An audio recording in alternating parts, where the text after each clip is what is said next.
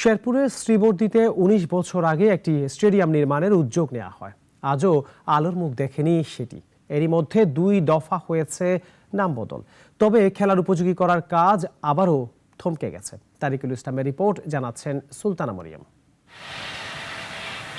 ২০০৬ সালে ১.৫ একর জমি অধিগ্রহণ করে শুরু হয় স্টেডিয়াম নির্মাণের কাজ।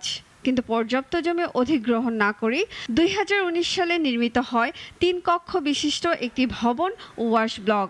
নিম্নমানের নির্মাণ কাজ নিয়ে তখনই অভিযোগ ওঠে। নগরীর পৌরসভার পুরাগড় ব্রিজের পাশে ২০০৬ সালের ৮ নভেম্বর স্টেডিয়ামের জন্য কেনা হয় ১ একর ৪৮ জমি। তবে পর্যাপ্ত জমি অধিগ্রহণ ছাড়া কার্যকর স্টেডিয়াম গড়ে তোলা সম্ভব কিনা সে প্রশ্ন থেকেই যাচ্ছে।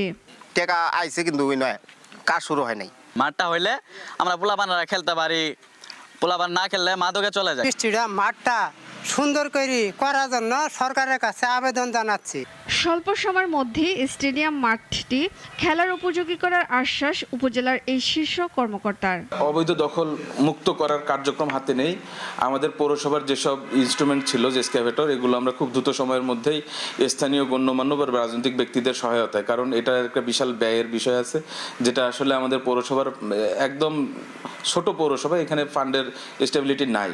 তো আমরা তাদেরকে এঙ্গেজ করে আমরা খুব দ্রুততেই এই এক্সকাভেটরটা নামাই।